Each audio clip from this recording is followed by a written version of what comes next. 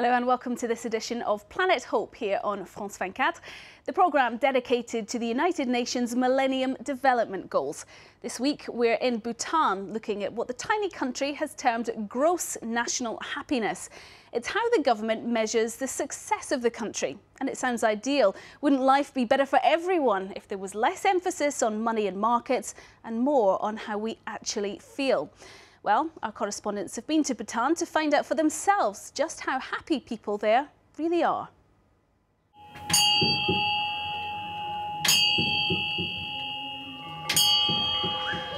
Each day in Bhutan's schools, children gather for the daily ritual of morning assembly. Oh, that was bad. 1, 2, 3.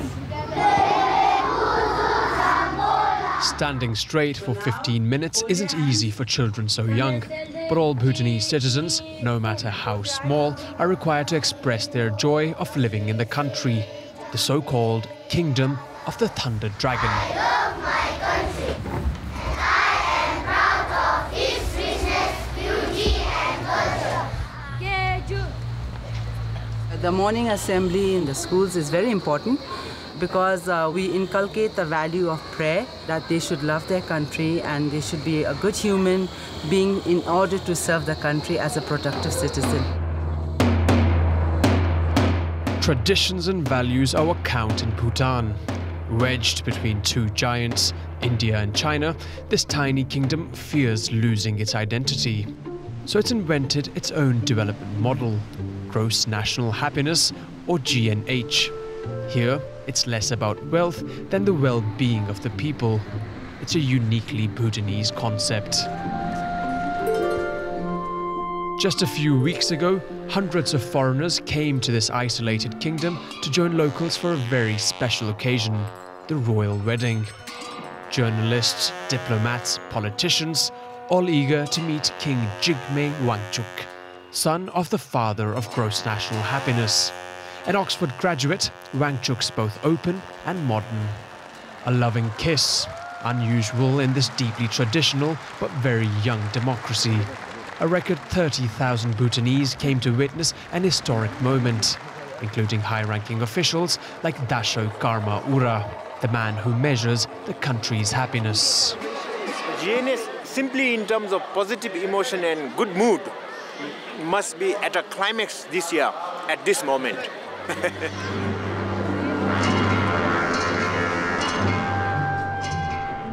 The next day, a little cottage deep in the forest, just a few kilometers from the king's palace. It is here that Dasho Karma Ura does his daily exercises, bringing him a little closer each time to happiness. This is a happy dance, this one. Just happy. Offering.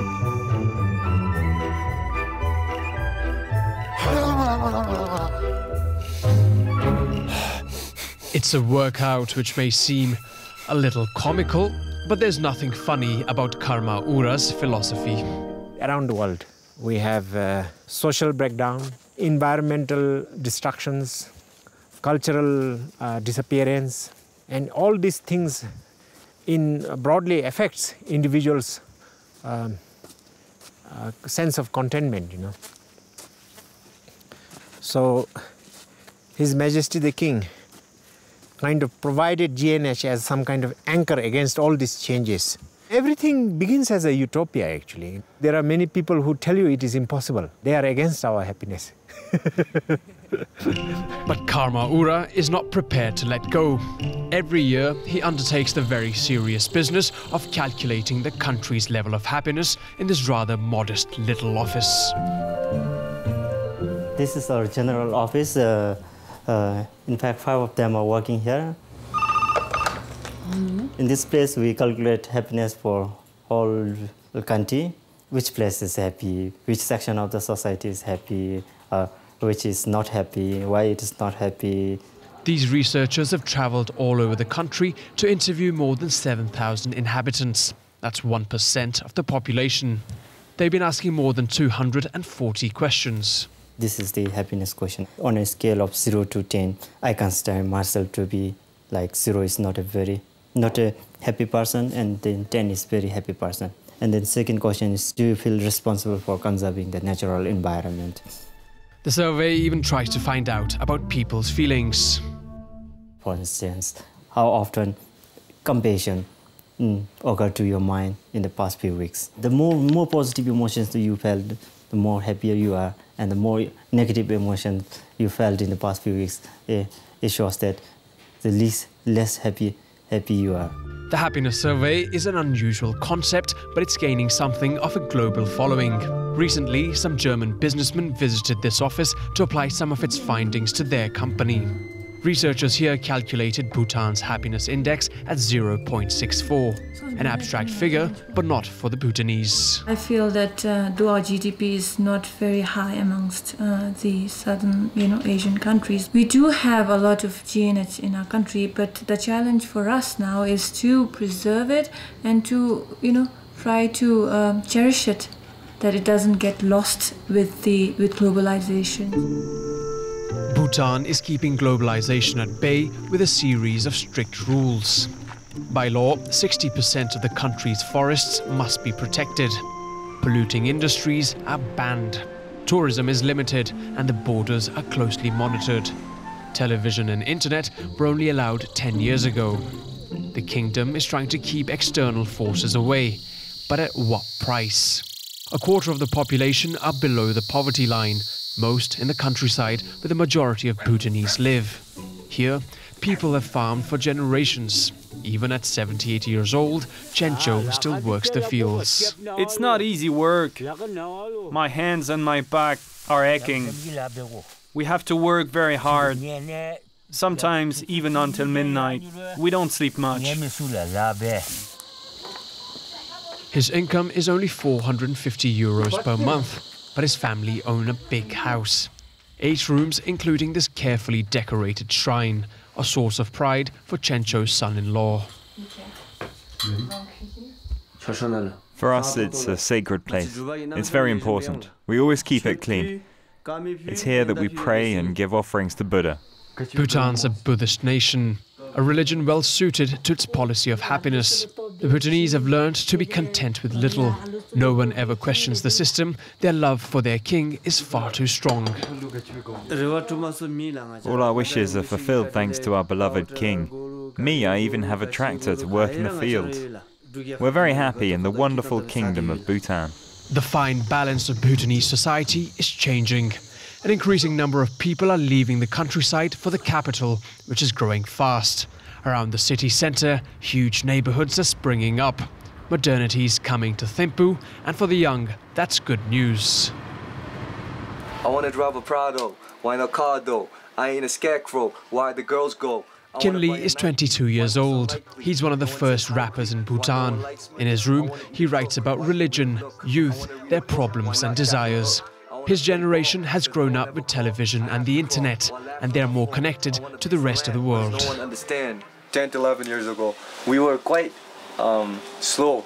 For example, if in the US an Eminem song was popular, in Bhutan only 2 years later the song would be popular. But now, if a song was popular in the US, 2-3 days later it'd be popular here.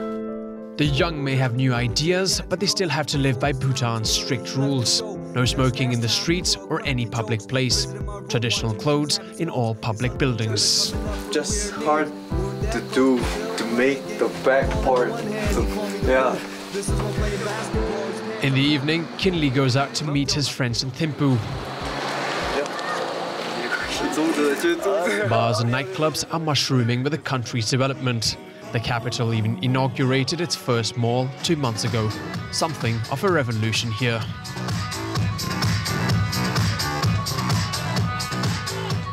The first escalator in Bhutan.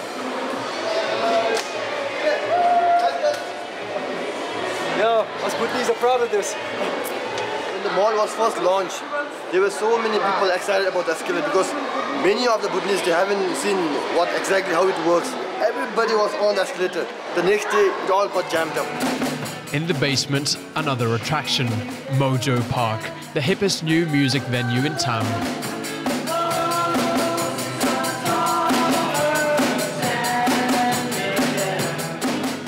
Later in the night, Thimphu's young hit the town in jeans and trainers to meet for a drink, far from their daily concerns.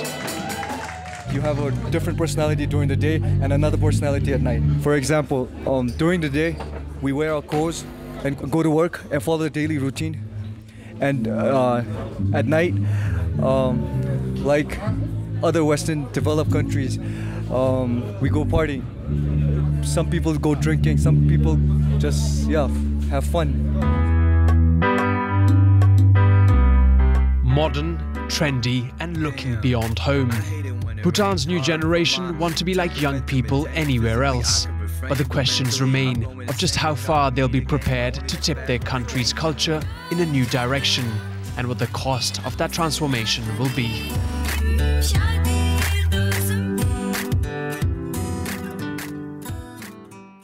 Well, that's all for this edition of Planet Hope. Don't forget you can watch this programme again and all our other reports by logging onto our website. That's france24.com, france24.com. We'll be back soon with another edition. Until then, thanks for watching. Goodbye.